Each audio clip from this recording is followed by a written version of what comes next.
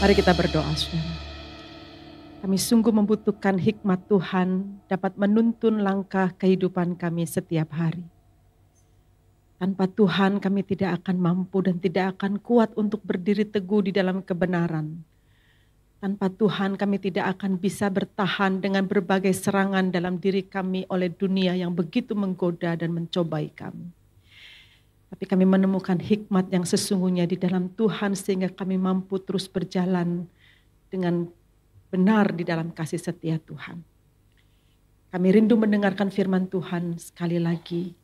Tenangkan hati dan pikiran kami ya Tuhan. Supaya oleh Roh-Mu yang kudus, firman Tuhan ini dapat tertabur di tanah hati kami yang terbaik. Bertumbuh dengan lebat, berbuah dengan banyak. Sehingga kehidupan kami menjadi berkat bagi banyak orang melalui firman Tuhan yang mentransformasi kehidupan kami hari lepas hari. Pakai hamba-Mu di dalam segala keterbatasan dan kekurangan sehingga ia dapat menyampaikan kebenaran firman Tuhan ini sesuai dengan maksud-Mu saja ya Tuhan. Di dalam nama Tuhan Yesus Kristus kami berdoa dan mengucap syukur. Amin. Selamat pagi saudara-saudara. Puji Tuhan, senang sekali bisa berjumpa dengan saudara pada pagi hari ini di ibadah yang kedua. Saya membawa salam yang banyak sekali dari keluarga besar STT Amanat Agung kepada saudara-saudara sekalian, tempat di mana saya melayani. Bersyukur sekali melihat alumni kami di sini berkembang dengan sangat baik di dalam pelayanan dan telah menjadi berkat bagi saudara-saudara. Ada pendeta Binsar, ada pendeta Bill Kindangen, ada pendeta Fri Suhandi. Mereka adalah alumni hamba-hamba Tuhan yang Tuhan pakai dengan luar biasa dan kami sungguh bangga melihat pelayanan mereka dan juga berterima kasih kepada saudara-saudara yang telah membuka ladang pelayanan di tempat ini bagi pelayanan para alumni kami. Terima kasih. Saudara, hari ini kita akan bersama belajar dari kitab Amsal, pasal yang ketiga ayat 1 sampai ayat yang ke-12.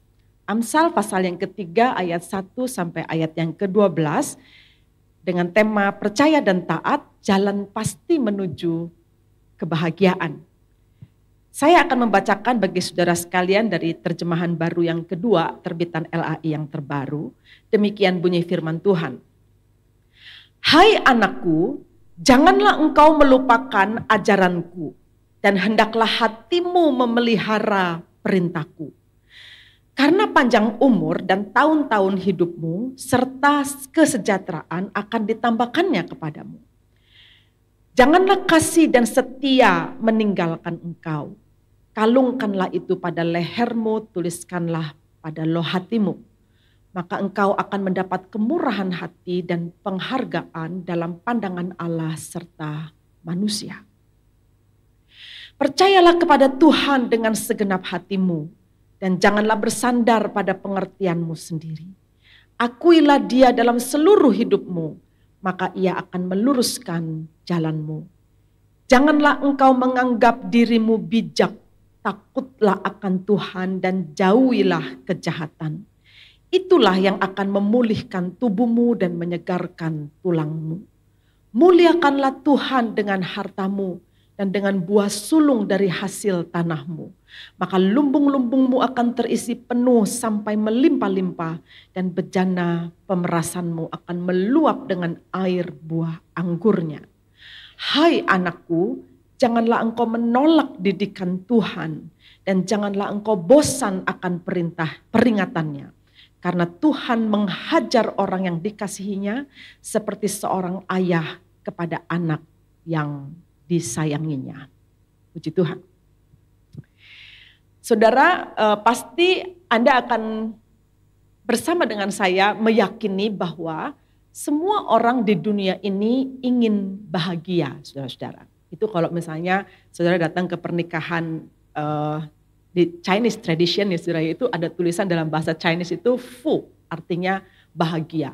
Jadi dengan adanya pernikahan, dengan adanya lamaran, dengan adanya apa itu ada fu di mana-mana ya, karena semuanya ingin melihat bahwa pasangan yang dipersatukan ini akan bahagia.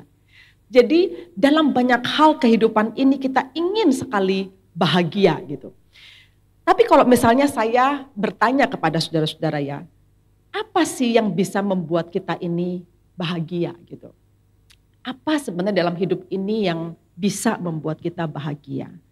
Saya menuliskan 3 hal di sana, yaitu ada relasi, ada harta, ada prestasi gitu saudara ya. Yang kadangkala kita sering berpikir bahwa disitulah letak kebahagiaan yang ingin saudara raih dan kemudian saudara berupaya untuk membuatnya sedemikian rupa, menyelenggarakannya sedemikian rupa dalam hidup saudara ini agar saudara merasakan kebahagiaan itu. Katakanlah kalau kita meletakkan kebahagiaan kita itu pada relasi sampai kita begitu terobsesinya dengan semua relasi yang kita punya, entahkah itu relasi dalam keluarga, relasi pernikahan, entahkah relasi persahabatan, entahkah relasi kerja, kita meletakkan dan mengagungkan relasi itu, pokoknya relasi inilah yang membuat saya bahagia. Ada orang yang demikian. Ada orang yang meletakkan rasa bahagianya itu pada harta. Jadi dia kerja mati-matian itu untuk mengumpulkan harta sebanyak-banyaknya karena dia pikir dia bisa bahagia kalau hartanya banyak. Karena dengan uang rasanya dia bisa membeli apapun, dia bisa pergi kemanapun, dia bisa berpesta kapanpun karena dia punya uang gitu. Kalau dia punya uang, dia bisa punya rumah yang bagus, bisa punya mobil yang banyak, punya villa yang banyak, punya apapun yang dia mau beli, dia bisa beli. Dia pikir dia bahagia dengan harta yang banyak itu. Ada orang mengatakan bahwa rasa bahagia saya itu letaknya pada prestasi. Kalau saya punya prestasi yang tinggi, kalau sekolah selalu juara gitu ya, bisa sekolah sampai S3 gitu kan. Dan kemudian di kerjaan juga memiliki karir yang sangat bagus karena prestasinya memang bagus. Karena prestasi itu sangat dekat dengan kekuasaan. Sehingga apabila memiliki semua itu rasanya bahagia sekali gitu. Dan itu adalah sesuatu yang ingin dicapai, ingin diraih. Saudara, semua orang di dunia ini mencari jalan bahagianya sendiri-sendiri. Semua orang di dunia ini mencoba untuk mendefinisikan bahagia itu apa. Makanya kalau satu orang mengatakan, oh rasa bahagia saya bukan diletakkan di prestasi tetapi di relasi. Rasa bahagia saya diletakkan di harta bukan di relasi dan sebagainya. Masing-masing orang punya definisinya dan masing-masing orang meletakkan rasa bahagia dengan cara yang berbeda-beda. Nah saudara, ada seorang filsuf bernama Aristoteles. Satu kali dia membahas banyak sekali tentang kebahagiaan manusia ini apa gitu. Lalu kemudian dia mengatakan bahwa kebahagiaan itu adalah tujuan ultimat, dia bilang. Kebahagiaan itu adalah tujuan ultimat. Ultimat itu ultimate yang paling tinggi, udah nggak ada lagi yang lain. Jadi baginya seluruh orang di dunia ini melakukan semua tindakan apapun, action apapun yang dilakukan di dunia ini, tujuannya adalah ingin mendapatkan kebahagiaan. Itu demikian dikatakan oleh Aristoteles. Nah, di dalam pembahasan tentang kebahagiaan, inilah kemudian Aristoteles mengatakan gini, karena kebahagiaan itu adalah ultimate aim, ultimate goal, tujuan yang sangat ultimat sekali, maka orang dalam actionnya itu, semua tindakan itu menurutnya bisa melakukan dengan cara yang dia mau. Entahkah itu benar atau salah, entahkah itu jalan yang betul atau yang keliru, dia hajar saja yang penting bahagia. Jadi semua action yang dia maksudkan itu action apapun. Jadi orang akan mengejar kebahagiaan dengan action yang salah ataukah dengan action yang benar gitu. Katakanlah saudara ya, kalau orang melakukan korupsi gitu ya, dia mengambil apa yang bukan haknya begitu kan, tujuannya apa? Dia pikir dengan uang korupsi itu dia bisa lebih bahagia daripada kalau dia nggak korupsi karena kayanya bakal lama katanya gitu. Kalau misalnya pakai jalan yang benar nggak kaya-kaya, kalau pakai jalan yang salah cepat kayanya gitu. Itu action. Nah menurut Aristoteles orang melakukan semua action semacam ini dengan maksud keliru atau maksud benar, semua tujuannya adalah untuk bahagia. Makanya orang-orang yang melakukan tindakan-tindakan kesalahan itu demi kebahagiaan dia tidak merasa bersalah dengan apa yang dia lakukan. Karena menurut dia tujuannya mulia, membahagiakan keluarga gitu. Jadi dia tidak merasa bersalah sama sekali meskipun jalan untuk mendapatkan bahagianya itu salah gitu. Nah saudara, di dalam hal inilah kemudian Aristoteles melanjutkan, begitu terobsesinya orang akan kebahagiaan, hingga secara natural orang-orang ini bisa paham apa yang dapat membuatnya bahagia dan apa yang tidak, dan itu mempengaruhi seluruh keputusan hidupnya, which is true. Orang secara natural bisa merasakan bisa paham, ini membuat saya bahagia, ini tidak. Dan dia terus memilih, dia terus memilih, dia terus memilih gitu kan. Jadi kehidupan saudara dan saya yang kita jalani setiap hari ini penuh dengan pilihan. Dan pilihan-pilihan itu mempengaruhi unsur kebahagiaan yang akan kita capai itu. Itu dalam pengertian filsafat yang dikatakan oleh Aristoteles. Sehingga dia mengatakan bahwa tidak heran bahwa banyak orang meyakini kebahagiaan itu seperti candu sebagai akibatnya. Sekali kamu merasakannya, kamu tidak akan pernah berhenti ingin terus menikmatinya. Entahkah dengan cara yang benar ataupun dengan cara yang tidak benar. Dengan kata lain, saudara-saudara, tidak ada kata puas untuk kebahagiaan. Orang akan terus mencari, mencapai pada tingkat kebahagiaan tertentu sehingga dia akan terus berupaya untuk meningkatkannya lagi dan tidak pernah ada kata puas. Seperti orang kecanduan gak pernah bisa selesai. Karena dia akan terus ingin lagi gitu. Nah saudara, apakah bahagia itu salah? Tentu tidak salah. Alkitab juga tidak melarang kita bahagia. Bahkan Alkitab mengajari kita juga untuk merasakan kebahagiaan. Tetapi apa yang Alkitab ajarkan tentang kebahagiaan tidak selalu diidentikan dengan berkat materi atau sesuatu yang seperti tindakan-tindakan yang tadi saya katakan, apakah itu diletakkan pada pencarian harta, pencarian prestasi atau relasi dan sebagainya. Ada banyak sekali cara orang berbahagia dan ada banyak sekali cara yang diajarkan oleh Alkitab ini, yaitu bahagia dengan cara yang benar, saudara-saudara. Tidak salah orang berbahagia karena berkat secara materi. Tentu itu hal yang bisa kita dapatkan di dalam hidup ini, di dalam pengalaman kita sehari-hari. Tetapi yang namanya bahagia itu bukan hanya masalah berkat secara materi yang bersifat possession atau kepemilikan, saudara-saudara. Katakanlah kalau saudara membaca di dalam kitab Mazmur. Kitab ini dibuka di pasal yang di nomor yang pertama. Pemazmur mengatakan bahwa siapakah orang yang berbahagia? Pemazmur katakan bahwa orang yang berbahagia itu adalah orang yang tidak berjalan menurut nasihat orang fasik, katanya gitu.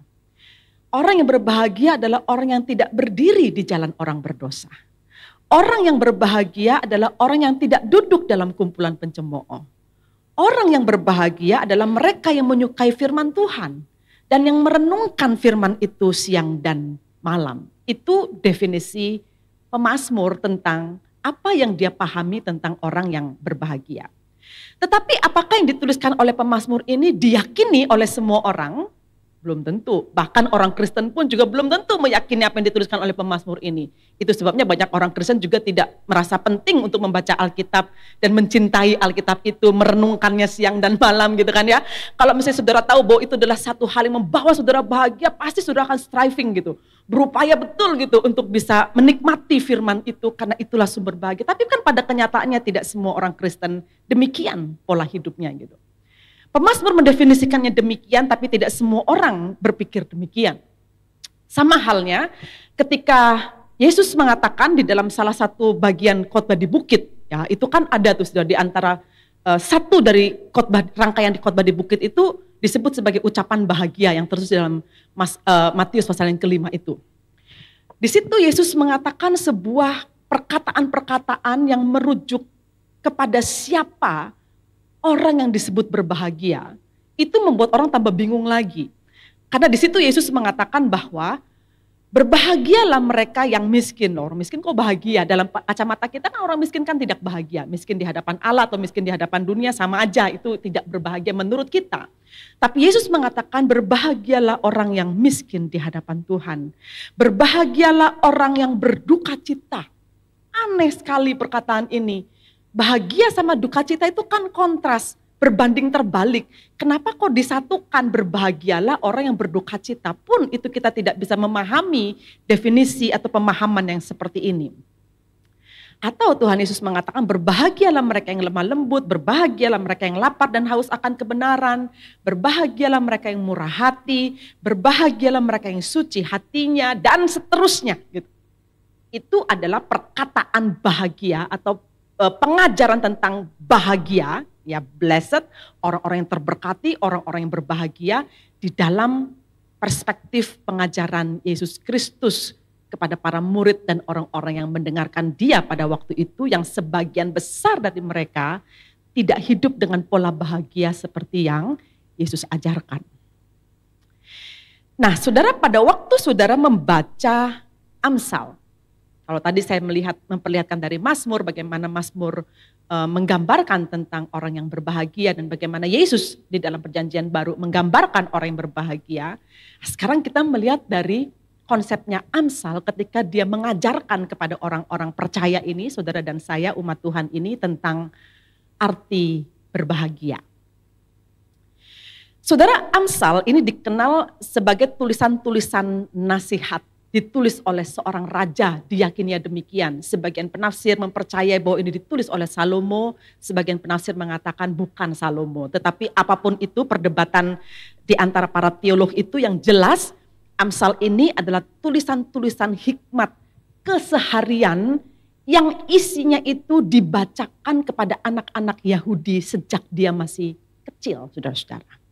Ini artinya perkataan-perkataan yang penuh dengan hikmat yang harus didengar oleh anak-anak, oleh setiap orang Israel dari sejak dia masih kecil. Nah, saudara, di dalam Amsal, kalau saudara membaca dari dari pasal yang pertama, saudara akan membaca betul bahwa bagi pengamsal atau penulis Amsal ini, orang yang berbahagia adalah orang yang berhikmat. Orang yang berbahagia adalah orang yang berhikmat. Dan siapa orang yang berhikmat itu? Orang yang berhikmat adalah orang yang takut akan Tuhan. Karena permulaan hikmat adalah takut akan Tuhan, saudara. Jadi dia mengkaitkan antara kebahagiaan dengan keberadaan hikmat di dalam diri seseorang. Nah, maka kalau mengenal kitab Amsal sedikit, saudara akan memahami bahwa Amsal ini adalah satu kitab yang di dalamnya penuh dengan tulisan nasihat dan peringatan. Semuanya isinya nasihat dan peringatan-peringatan.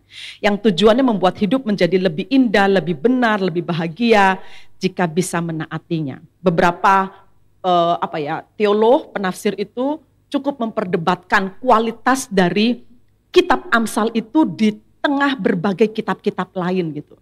Karena menurut kebanyakan orang, Amsal ini seperti hanya berisi moral-moral saja gitu loh. Tidak ada sesuatu yang lebih dalam yang bersifat spiritual membentuk seseorang. Tetapi ini dilawan, saudara, pandangan ini dengan banyak teolog lain yang mengatakan bahwa justru Amsal ini mengetengahkan satu pengajaran yang sangat spiritual sekali gitu. Yang sangat rohani sekali gitu untuk membawa orang pada kehidupan yang benar di hadapan Tuhan. Nah, oleh karena itu, seorang penafsir bernama Raymond Orlund ini, dia mengatakan begini, the book of Proverbs is a gospel book because it is part of the Bible. That means the book of Proverbs is good news for bad people. It is about grace for sinners. It is about hope for failures. It is about wisdom for idiots.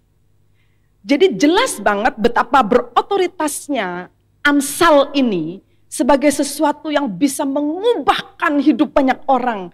Karena ini adalah Injil Tuhan juga. Ini kan bagian dari Alkitab. Dan itu berarti bahwa Amsal ini merupakan kabar baik bagi orang-orang jahat, orang-orang yang tidak benar, orang-orang yang buruk. Amsal ini juga merupakan sebuah anugerah bagi para pendosa.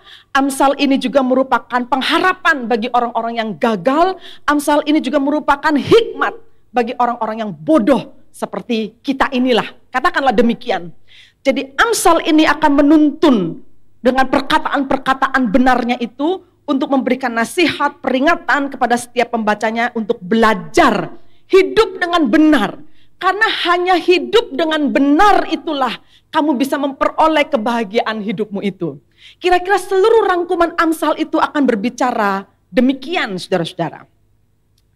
Nah, ketika saudara membaca pasal demi pasal, saudara akan mengerti betapa setiap pasal itu memiliki nuansanya sendiri-sendiri. Saudara sudah sampai kepada Amsal yang ketiga, sudah membaca atau bahkan mendengarkan khotbah di 2 minggu sebelumnya mengenai bagian-bagian dari Amsal ini.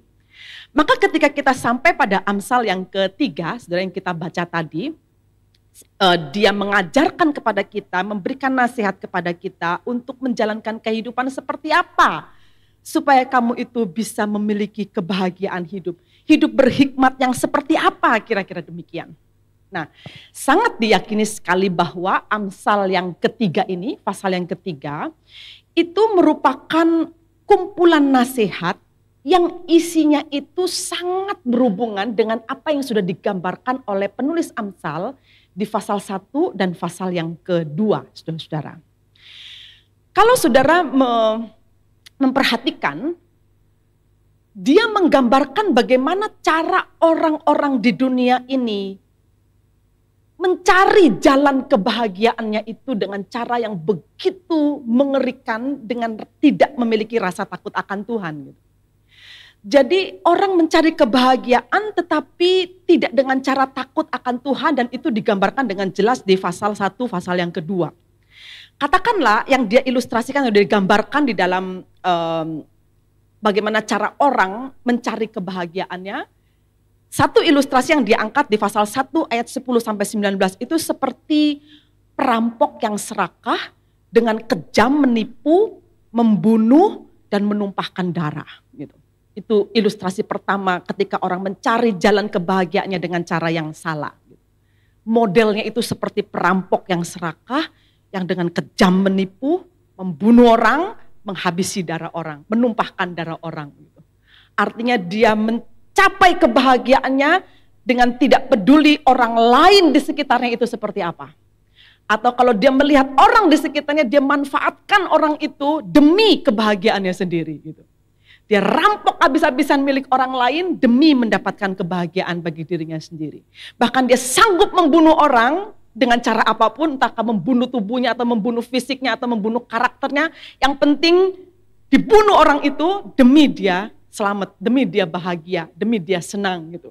Jadi gambaran gambaran pengamsal yang pertama ini adalah seorang yang mendapatkan kebahagiaannya seperti orang-orang yang digambarkan seperti perampok, seperti membunuh orang yang menumpahkan darah dan seterusnya gitu.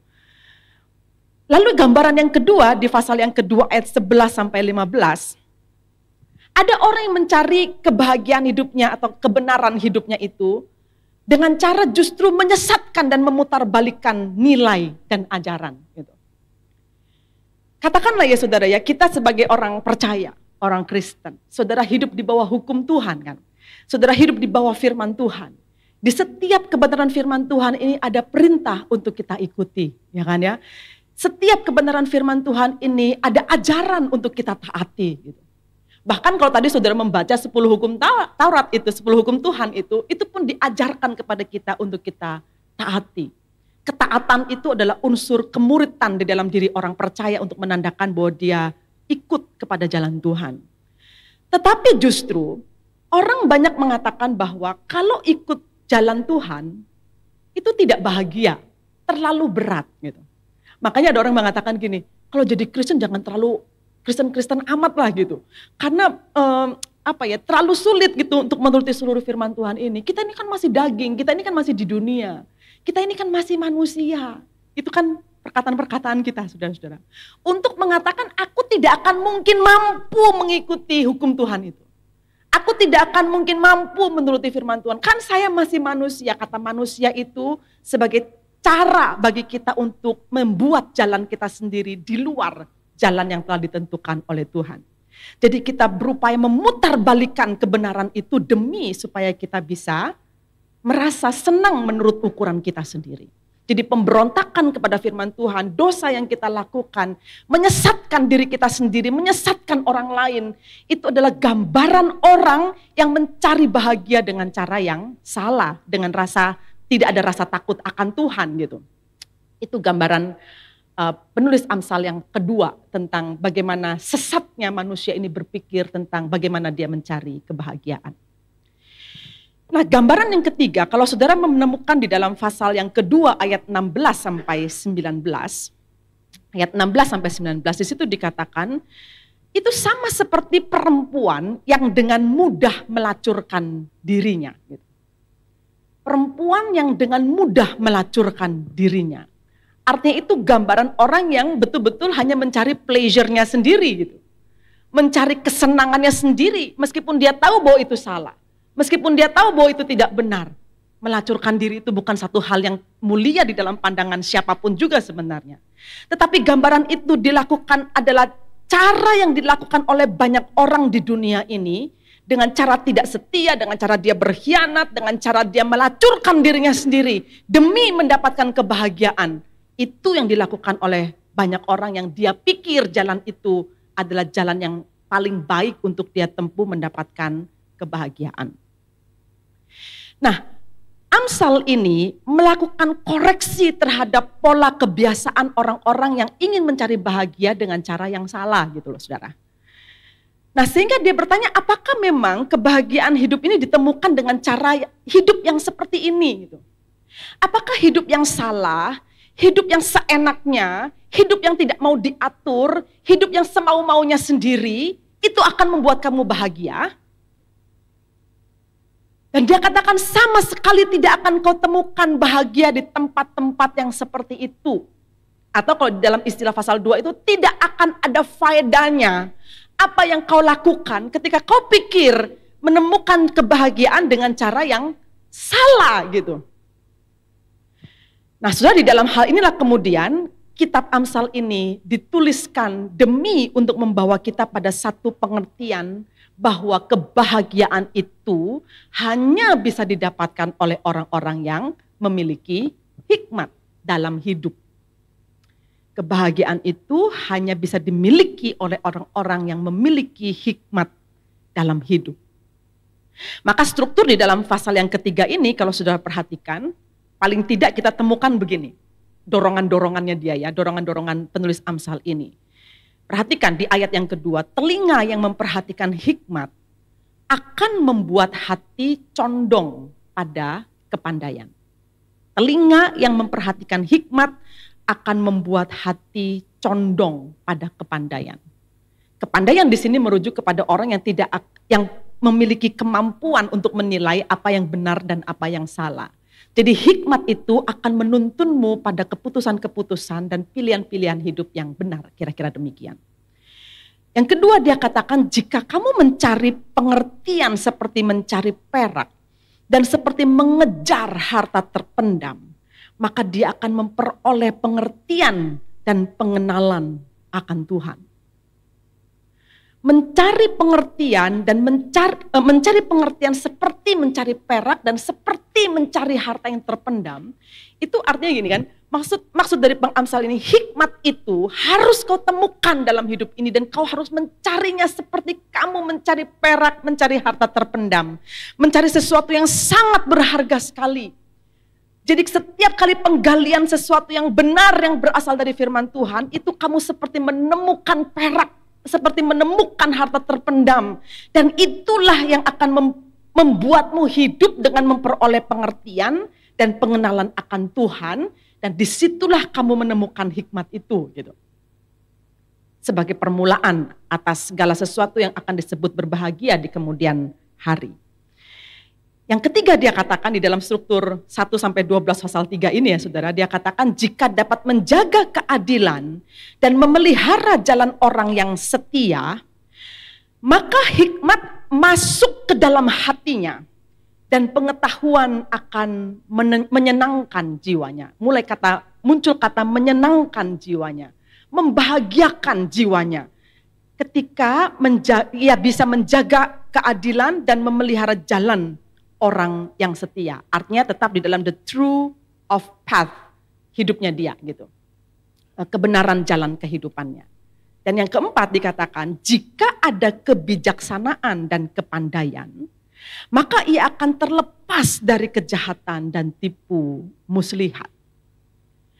Pernyataan-pernyataan ini saudara ya di dalam kitab Amsal antara nasihat dan alasannya begitu. Kenapa dinasihati demikian? Kenapa kamu harus punya hikmat? Kenapa kamu harus menjadi orang yang pandai? Kenapa kamu harus menjadi orang yang berpengertian? Kenapa kamu harus menjadi orang yang memiliki pengenalan akan Allah? Mengapa kamu harus menjaga keadilan? Mengapa kamu harus memelihara jalan hidupmu itu dengan setia? Kenapa harus bijaksana? Kenapa kamu harus betul-betul bisa merasakan penyertaan kasih setia Tuhan dan seterusnya gitu ya. Karena itulah sebenarnya jalan hikmat. yang harusnya dilalui oleh manusia di muka bumi ini dalam kesehariannya. Nah, maka saudara-saudara, di dalam 1-12 ayat ini, kita bisa menemukan bahwa rupanya penulis Amsal ini merangkaikan satu rangkaian penting tentang elemen yang sangat dasar membentuk hikmat yang membawa kebahagiaan dalam diri seseorang. Perhatikan bahwa yang pertama kali diungkapkan oleh penulis Amsal ini, elemen yang pertama membentuk hikmat yang membawa kebahagiaan tentunya di dalam hidup adalah keep the commandments. Ini tips sebenarnya, beberapa tips. Amsal itu banyak sekali tips-tips gitu, hidup yang bisa dijalani dengan sangat baik. Dan dia memberikan 4 tips inilah, 4 elemen penting inilah untuk membentuk hidup yang penuh hikmat dan membawa kebahagiaan dalam hidup seseorang. Yang pertama dia katakan keep the commandments, memelihara hukum atau perintah Tuhan. Itu jelas sekali tertulis di ayat 1 bagian B itu, dan hendaklah hatimu memelihara perintahku. Saudara, kalimat ini ketika dia ngomong dan biarlah hatimu memelihara perintahku, nuansa dalam kalimat ini di dalam bahasa Ibrani ada sebuah tafsiran yang sangat baik sekali menjelaskan tentang hal ini, bahwa kekuatan perkataan pelihara hukum dan perintah Tuhan itu membawa para pembaca orang-orang Ibrani ini untuk mengingat kembali hukum perjanjian relasi perjanjian antara Allah dengan umatnya gitu saudara-saudara. Jadi ketika Allah memilih bangsa Israel dengan mengatakan engkau akan menjadi kepunyaanku dan aku akan menjadi kepunyaanmu, pada saat itu juga berdirilah satu hukum yang disebut dengan hukum perjanjian saudara-saudara. Itu adalah relasi perjanjian, covenantal relationship antara Allah dengan umatnya. Nah, hukum perjanjian di dalam relasi Allah dengan umatnya itu tidak dapat diputus oleh apapun juga. Karena pengikatnya itu adalah kasih setia. Makanya di ayat yang ketiga dia katakan janganlah kasih dan setia, hesed, kasih dan setia, mercy, itu meninggalkan kamu. Jadi makanya penafsir mengkaitkan perkataan ini dengan relasi perjanjian yang dibangun oleh Allah dengan umatnya gitu. Ada hesed di sana, ada kasih setia Allah di sana gitu. Jadi keep the commandments, memelihara hukum atau perintah Tuhan itu bukan dilakukan hanya sekadar sebagai sebuah perintah, tetapi dilakukan di dalam rangka pembangunan relasi perjanjian antara Allah dengan umatnya, di mana kasih setia Allah itu sebagai pengikatnya. Nah saudara, di dalam hal ini penulis Amsal ingin mengatakan bahwa orang yang memelihara hukum Tuhan dan melihat bahwa kasih setia Allah lah yang terletak di sana dan bukan sekedar perintah demi perintah, tetapi hukum yang diberikan kepada kita karena kasih setia Allah, maka akan dia sukai hukum itu. Seperti yang dikatakan oleh pemazmur, hukummu atau Tauratmu kucintai, firmanmu kusukai. Sampai-sampai firman dan Taurat Tuhan itu dikatakan oleh pemazmur seperti terang bagi jalanku dan suluh bagi jiwaku gitu. Saudara, memahami dan menuruti perintah Tuhan di dalam konteks relasi perjanjian itu betul-betul sangat personal sekali gitu. Sangat personal sekali, karena itu pilihan Tuhan atas kita sebagai umatnya. Perjanjian yang diletakkan antara dia dengan umatnya dan menyatakan bahwa kasih setia dia mengikat semuanya. Itu sebabnya kenapa mengikuti hukum Tuhan mendatangkan kebahagiaan sebenarnya. Bukan rasa tersiksa. Jadi aneh betul kalau orang-orang Kristen mengatakan bahwa susahlah mengikuti hukum Tuhan ini gitu. Kalau benar-benar ngikutin firman Tuhan gak kaya-kaya bu katanya gitu. Kalau ngikutin betul-betul firman Tuhan di dalam bisnis gak bisa, itu mustahil gitu. Sebenarnya bukannya tidak bisa, bukannya mustahil. Tapi memang jalan itu tidak sanggup atau tidak mau kita melaluinya. Karena kita khawatir kalau kita melaluinya tidak ada kasih setia Tuhan di sana gitu. Sehingga kita nanti bisa rugi, kita bisa bangkrut, kita bisa apa gitu. Seolah-olah kalau kita mengikuti jalan Tuhan itu merugikan kita. Aneh sekali cara berpikir demikian. Tapi pada kenyataan ini penulis Amsal ini mengatakan bahwa sesungguhnya memelihara hukum Tuhan itu tidak terlepas dari kasih setia Tuhan. Itu yang kita harus ingat betul, sehingga pada waktu kita mengikuti hukum Tuhan itu, sesungguhnya pada saat yang sama kita sedang merasa dikasihi oleh Tuhan. Mana mungkin, saudara-saudara, kita diminta di dalam sebuah relasi perjanjian mengikuti hukum Tuhan, tapi Tuhan mau membinasakan kita. Mengikuti hukum Tuhan, tapi Tuhan mau membuat kita bangkrut. Mengikuti hukum Tuhan, tapi Tuhan mau membuat kita rugi. Mungkin tidak. Tidak mungkin. Karena hukum Tuhan itu di dalam hal ini, atau perintah Tuhan itu bersifat atau diikat oleh perjanjian antara Tuhan dengan kita yang di dalamnya ada kasih setia Tuhan. Nah, hal ini menunjukkan bahwa kita tahu bahwa apa yang dilakukan atau diperintahkan oleh Amsal, elemen yang pertama ini, keep the commandments, memelihara hukum Tuhan, itu membawa pada konsekuensi seperti yang ada tertulis di dalam bagian di ayat 2 dan seterusnya, yaitu kepadamu kamu akan memperoleh tahun-tahun yang panjang dalam kehidupanmu, atau panjang umur dikaruniakan kepadamu, mendapatkan kemurahan hati atau kasih sayang dari Tuhan dan penghargaan yang lebih tinggi karena melakukan pilihan-pilihan yang benar dalam kehidupan. Bukankah begitu? Nah, elemen yang kedua adalah trust the Lord's guidance. Itu yang akan membuatmu memiliki hikmat yang membawa pada kebahagiaan hidup yang sebenarnya. Trust the Lord's guidance. Percayalah kepada Tuhan dengan segenap hatimu dan janganlah bersandar pada pengertianmu sendiri. Itu di ayat 5 sampai ayat yang ke-8. Nah, saudara, membangun kepercayaan kepada Tuhan itu kerja yang panjang. Saya yakin sekali bahwa iman kita itu adalah iman yang bertumbuh, saudara-saudara. Pengenalan saudara akan Tuhan pun juga pengenalan yang bertumbuh. Gitu. Bukan orang yang dia kenal Tuhan, dia langsung cinta Tuhan sampai ultimate pada saat dia mengenal Tuhan. Saya rasa tidak demikian. Karena orang mengenal Tuhan itu akan terus mengalami pertumbuhan. Itu sebabnya mengapa tahapan-tahapan pemuritan itu diberlakukan gitu di dalam pembangunan jemaat. Supaya jemaat Tuhan itu dari waktu ke waktu, dari firman Tuhan yang dia dengar, dari pembinaan yang dia ikuti, dari kelompok kecil di mana dia berada, dia bertumbuh gitu. Nah, yang dimaksudkan di dalam trust the Lord's guidance itu, mengajarkan kepada kita bahwa kepercayaan kepada Tuhan yang semakin dalam dan bertumbuh semakin dalam kepada Tuhan, cinta kita semakin dalam, itulah yang akan membuatmu memiliki hikmat. Saudara, gambaran dari apa yang tertulis di dalam ayat 5 sampai ayat yang ke-8 tentang trust the Lord guidance itu, kata trust itu diambil sebuah ibaratnya itu atas hubungan pernikahan gitu saudara, antara suami dan istri. Kalau kita menikah dengan seseorang gitu ya, meskipun diawali dengan pacaran, bahkan bisa pacaran lama sekali bertahun-tahun, tapi kadang-kala di dalam pernikahan itu, pacaran yang lama tidak menjamin pernikahan itu tidak pernah ada naik turunnya gitu. Bahkan itu ada di dalam hati kita terkait dengan rasa percaya juga. Gitu. Maka kadang-kala kita sering mengalami pertengkaran demi pertengkaran, kesal, tapi baik lagi, kesal lagi, baik lagi gitu ya. Terus seperti itu di dalam perjalanan pernikahan kita. Sampai kita melewati masa-masa dalam pernikahan kita itu, di satu titik gitu kita merasa bahwa wah rasanya udah enak nih. Cara berhubungannya gitu. Makin tua makin enak rasanya mestinya kan mungkin pengertian juga sudah semakin banyak gitu. Kalau misalnya cintanya growing, trustnya growing gitu.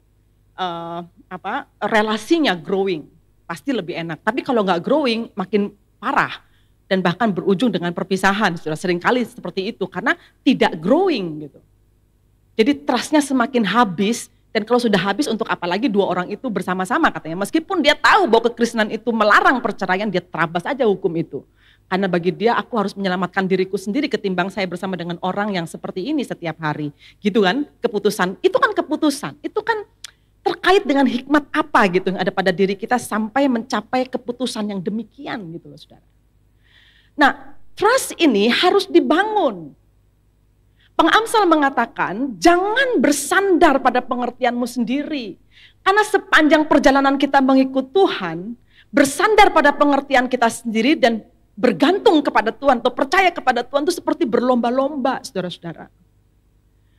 Kita sulit sekali untuk percaya betul kepada Tuhan dalam kehidupan kita. Contoh ya, misalnya, masih banyak orang Kristen di dunia ini, saudara-saudara, kalau misalnya dalam kondisi yang sangat berat sekali, entah terkait dengan usaha, terkait dengan kesehatan, sakit dan sebagainya, bisa-bisanya yang terpikir itu ya ketika sudah gak ada jalan keluar sepertinya, yang dia cari siapa? Orang pinter lah gitu. Dia tanyalah kepada siapa, pergi ke dukun, masih banyak kan? Masih banyak. Pergi ke guamnya lah, menanyakan nasibnya lah, apakah dia gitu kan? Jadi sesuatu yang terus merasuki pikiran kita yang kita tidak pernah betul bisa percaya bahwa ini Tuhan yang berdaulat atas hidup saya gitu. Nah, menggeser trust kepada Tuhan itu adalah elemen yang sangat buruk yang akan membuatmu semakin hancur, semakin jatuh. Kita pikir bertanya dengan para dukun itu, orang-orang pintar itu akan membuat kita lebih baik. No, tidak akan lebih baik. Mungkin kelihatan solusi pertama sepertinya baik, tapi itu pasti akan membawamu kepada kehancuran. Nah, di dalam rasa percaya kepada Tuhan itu, tentu yang terbangun itu harusnya apa? Komitmen kan, saudara-saudara. Rasa percaya itu akan dibangun oleh komitmen. Nah, komitmen itulah yang tidak akan bisa meruntuhkan rasa percaya kita meskipun kita akan diperhadapkan kepada kita berbagai pergumulan yang berat. Katakanlah saudara, di dalam hidup kita ini tidak selalu diwarnai dengan warna-warna yang cerah dalam hidup ini. Hidup ini bisa diwarnai dengan berbagai kegagalan, meskipun juga ada keberhasilan, tapi mungkin warna kegagalannya cukup banyak. Hidup kita juga mungkin tidak selalu lancar, usaha kita tidak selalu baik, tubuh kita tidak selalu sehat, seperti halnya langit tidak selalu biru, saudara-saudara, jalan tidak selalu mulus. Tetapi rasa percaya kepada Tuhan yang ditopang oleh komitmen yang besar dan tidak sangat mengandalkan hikmat diri kita sendiri, itulah sebenarnya elemen bahagia menurut penulis Amsal ini. Itulah hikmat. Itulah hikmat. Karena pada waktu saudara percaya kepada Tuhan dan tidak bisa digeser oleh apapun juga karena komitmen yang kuat kepada Tuhan, pilihan-pilihan hidup saudara juga pasti akan berorientasi pada apa yang Tuhan ajarkan kepada kita lewat firman Tuhan gitu. Dan tidak akan memilih jalan yang salah. Nah, itu elemen yang kedua yang membuat orang bisa memiliki hikmat dan membawa dia kepada kebahagiaan. Elemen yang ketiga, saudara-saudara, yang juga penting sekali dikatakan oleh penulis Amsal ini adalah honor the Lord with your possession. Muliakanlah Allah atau hormatilah Allah dengan hartamu dan dengan buah sulung dari hasil tanahmu. Saudara, ayat ini mengingatkan kita sebenarnya tentang perintah Allah kepada Israel untuk lebih dulu menyerahkan buah sulung sebagai produk yang terbaik dari hasil panen mereka kepada Tuhan. Dan dikatakan setiap kali ajaran ini disampaikan kepada orang-orang Israel, kenapa buah sulung dari hasil tanammu itu harus diserahkan seluruhnya kepada Tuhan, lewat apa? Lewat dibagikannya hasil itu kepada orang-orang Lewi, kepada pendatang, kepada janda, kepada yatim piatu, kepada orang-orang miskin, supaya mereka bisa makan di kotamu dan menjadi kenyang. Saudara, di dalam teks ini sesungguhnya ingin dikatakan bahwa betapa orang dengan jalan yang salah itu, dia berpikir bahwa kebahagiaan dia itu dengan cara menggenggam possession-nya. Apa yang dia miliki, harta miliknya. Jadi dia betul-betul genggam habis, gak boleh keluar dari kepentingan dirinya sendiri. Kalaupun itu dibagikan kepada orang lain, adalah sisa-sisanya yang memang saya tidak terlalu mau atau memang ada sisa lah, kita berikan kepada orang lain gitu. Tetapi yang diajarkan oleh penulis Amsal ini, ketika kamu memperlakukan hartamu demikian gitu ya, hanya meng-keep itu untuk dirimu sendiri dengan begitu egois dan sangat individualistik sekali, kamu gak akan bahagia. Kamu tidak akan bahagia. Justru kebahagiaan itu ketika kamu merasa dengan hartamu itu kamu menghormati Tuhan. Menghormati Tuhan dengan possession, dengan harta benda kita gitu. Tidak menjadi orang yang stingy, tidak menjadi orang yang pelit, tidak menjadi orang yang hanya mikirin dirinya sendiri dengan harta itu. Maka di dalam kitab ini, saudara ya, di dalam bagian ini khususnya, sesungguhnya pengamsal ini atau penulis Amsal ini menghubungkan dengan erat antara prosperity, harta kekayaan, gratitude, rasa syukur, dan juga charity atau memberikan bantuan kepada orang lain. Sebenarnya kepada orang tertentu memang bisa diberikan harta yang sangat banyak, melampaui dari semua kebanyakan orang di dunia ini. Tetapi kepada orang-orang seperti ini yang dimaksudkan kenapa kepada mereka diberikan lebih banyak? Supaya orang-orang ini bisa membagikan kepada orang-orang lain yang berkekurangan. Karena orang-orang yang berkekurangan itu selalu ada padamu. Nah, tetapi banyak sekali orang merasa bahwa harta ini kan punya saya gitu. Saya yang mengupayakannya. Saya yang kerja mati-matian. Saya yang siang malam kerja keras. Wajar tidak kalau semuanya ini untuk saya gitu. Menurut kitab Amsal tidak wajar. Banyak orang, semua orang bahkan di dunia ini juga bekerja. Tapi dia tidak seberuntung Anda yang punya lebih banyak daripada orang-orang itu. Mereka bekerja siang dan malam juga, tetapi penghasilan mereka tidak bisa sebanyak orang-orang yang katakanlah memang diberikan keluasan oleh Tuhan untuk mendapatkan begitu banyak sumber penghasilan. Mudah sekali bagi dia mendapatkan uang, tapi ada orang yang setengah mati mendapatkan uang dalam satu hari, saudara-saudara. Nah, apakah kamu bisa bahagia kalau kamu memakai seluruh harta milikmu itu untuk dirimu sendiri yang paling utama? Justru di dalam penjelasan ini, elemen yang satu ini, yang bagian yang ketiga ini, honor the Lord with your possession, muliakanlah Allah dengan hartamu dan dengan buah sulung hasil tanahmu. Buah sulung hasil tanahmu itu kan yang terbaik dari apa yang bisa dihasilkan, itu yang pertama yang diberikan kepada Tuhan, memberkati banyak orang lewat hidup kita. Itulah hikmat. Dan hikmat seperti itulah yang membuatmu berbahagia. Jadi sebenarnya pelit itu nggak ada di dalam kamusnya orang Kristen, saudara. Apa ya, kikir gitu, nggak ada di dalam kamusnya orang Kristen. Begitu saudara menerima berkat dari Tuhan, yang saudara pikirkan bagaimana berkat itu bisa menjadi berkat bagi orang lain juga, bukan hanya bagi saya. Gitu. Nah, maka kalau saudara ingat ya, di dalam ekspresi spiritual yang pertama kali dimunculkanlah oleh penulis, oleh Lukas di dalam Kisah Para Rasul, yaitu tentang jemaat mula-mula, saudara-saudara. Dikatakan bahwa mereka itu saling membagikan apa yang mereka miliki sehingga tidak ada satupun dari antara mereka yang berkekurangan. It's about possession. Itu tentang kepemilikan, harta milik yang seringkali membelenggu kita sampai kita benar-benar tidak bisa menjadi berkat bagi banyak orang. Dan kita pikir harta itu membahagiakan kita. Tidak. Nah, di dalam bagian itulah kita bisa mengerti betapa pentingnya menghubungkan antara prosperity, harta kekayaan, rasa syukur, gratitude, dan juga memberikan bantuan kepada orang lain, charity. Itu adalah elemen bahagia yang sebenarnya. Cobalah saudara, lebih bermurah hati gitu. Lebih bermurah hati, bisa membagikan apa yang saudara punya, itu rasanya besar sekali. Contoh, ini bukan hanya masalah uang juga. Katakanlah begini, saya adalah seorang hamba Tuhan gitu. Saya tidak punya uang yang sangat banyak, tentu ya, cukup atas apa yang Tuhan berikan kepada saya. Tapi saya punya tenaga saya gitu. Saya punya pikiran saya punya hati saya gitu. Jadi kadang kalau ditanya lelah gak ya Bu pelayanan dari minggu ke minggu? Lelah sekali, ini pun saya lelah sekali sebenarnya gitu. Tetapi pada waktu saya bisa membagikannya gitu saudara. As part of my gratitude gitu, sebagai bagian rasa syukur saya kepada Tuhan, I'm happy gitu. Saya bisa pulang dari pelayanan itu walaupun capek, tapi rasanya senang gitu. Tidak ada sungu-sungu, tidak ada kekesalan, tidak ada kemarahan apalagi, atau tidak ada rasa keluh kesah yang bikin saya tambah rasanya capek semua gitu. Justru tidak, capek sih. Kadang-kadang bisa sakit juga seperti saat ini saya rasakan kurang begitu sehat gitu. Tetapi hati saya senang.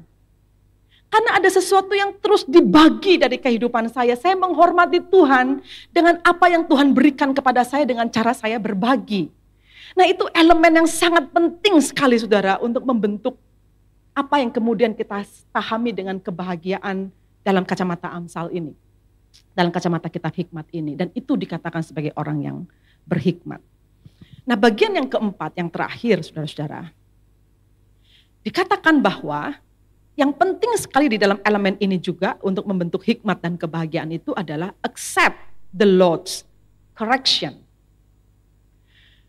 Dan itu ditampilkan dalam perkataan, hai anakku, janganlah engkau menolak didikan Tuhan dan janganlah engkau bosan akan peringatannya. Orang yang hidupnya tidak di dalam hikmat Tuhan pasti benci dengan correction, saudara-saudara. Gak suka dikoreksi, gak suka ditegur, gak suka diluruskan. Gitu. Makanya kita tuh kayaknya hati-hati banget gitu kalau negur orang. Takut dia tersinggung, takut dia marah gitu. Kita gak bermaksud menegur aja dia udah merasa ditegur gitu kan ya. Dan kadangkala bisa terjadi bahwa saling ketersinggungan ini pada akhirnya membuat orang meninggalkan gereja, meninggalkan Tuhan. Marah sama orang, Tuhan yang ditinggalkan gitu kan. Karena itu gak suka ditegur gitu. Jangan tegur saya lah gitu. Jadi kadang-kadang para pendeta itu juga ya, para rohaniwan itu juga, waduh, mesti hati-hati kalau ngomong, karena kalau ngomong ini ada beberapa orang di sini yang sangat sensitif sekali gitu. Karena kalau dia tidak suka dia bisa tinggalkan gereja, jadi kayak takut gitu. Tidak melakukan koreksi.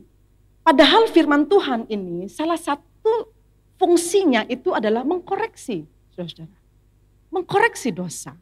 Jalan hikmat yang ditawarkan kepada kita, yang diajarkan oleh penulis Amsal ini juga bersifat koreksi. Bagaimana mungkin saudara bisa bahagia tanpa adanya koreksi? Itu pertanyaannya Amsal.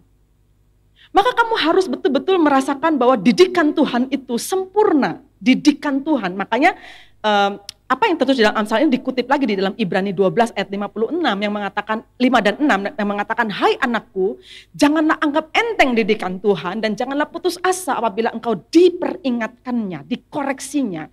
Karena Tuhan menghajar orang yang dikasihinya dan dia mencambuk orang yang diakuinya sebagai anak. Kalaupun Tuhan menghajar kita, kalaupun kita dikoreksi oleh Tuhan, saudara-saudara, adalah maksudnya supaya kita menjadi lebih baik, bukan?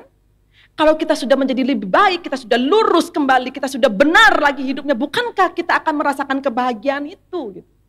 Kenapa kita takut dikoreksi? Kenapa kita takut ditegur? Kenapa kita menghindar teguran itu? Dan merasa diri kita selalu benar. Dan merasa diri kita selalu tidak pernah salah misalnya. Saudara, di dalam hidup ini tidak mungkin kita nggak salah kan? Dalam hubungan saudara, dalam pasangan suami istri atau di tengah keluarga atau di tengah rekan sepelayanan di gereja. Sampai-sampai tadi sempat Pak Bisar katakan, iya Bu, kami di sini ada satu bidang namanya bidang pelayanan untuk kalau misalnya ada yang tersinggung mungkin di dalam pelayanan itu dia bisa di-recover. Ya bagus juga pelayanan itu. Tentu saya berharap kita semua di sini belajar untuk menjadi orang yang tidak mudah tersinggung, saudara-saudara. Tidak mudah marah kalau misalnya ada sesuatu yang tidak cocok sama hati kita. Katakanlah koreksi-koreksi itu bisa ada. Katakanlah peringatan-peringatan itu bisa ada. Tapi kalau saudara melihat itu sebagai jalan hikmat yang membawa kepada kebahagiaan, saudara gak akan marah. Tapi saudara akan senang karena saudara ditegur, karena saudara diingatkan. Bukankah begitu? Harusnya itu yang terjadi di dalam kehidupan kita. Orang-orang seperti inilah pada akhirnya akan membawa satu kebenaran yang sejati yang dimengerti oleh kita dalam perkataan berbahagia. Jadi saya mengajak setiap kita di tempat ini untuk kembali lagi lah pada pertanyaan awal. Apa sebenarnya yang bisa membuat hidup kita berbahagia? Jawabannya adalah ketika kita memelihara hukum Tuhan. Ketika kita percaya sepenuhnya kepada Tuhan, Ketika kita tidak posesif dengan harta kita dan bersedia berbagi dengan orang lain. Ketika kita bersedia untuk dikoreksi, untuk diperingati oleh Tuhan. Agar hidup kita dapat dijalani dengan benar. Itulah kebahagiaan yang sejati. Kiranya firman Tuhan ini dapat kita renungkan dalam kehidupan kita sehari-hari. Belajar untuk melakukannya walaupun sulit. Tapi ketika saudara percaya dan taat, maka kebahagiaan itu menjadi bagian hidup saudara. Mari kita berdoa. Terima kasih untuk firman-Mu Tuhan. Menolong kami untuk bisa menghayati apa artinya berbahagia di dalam Tuhan.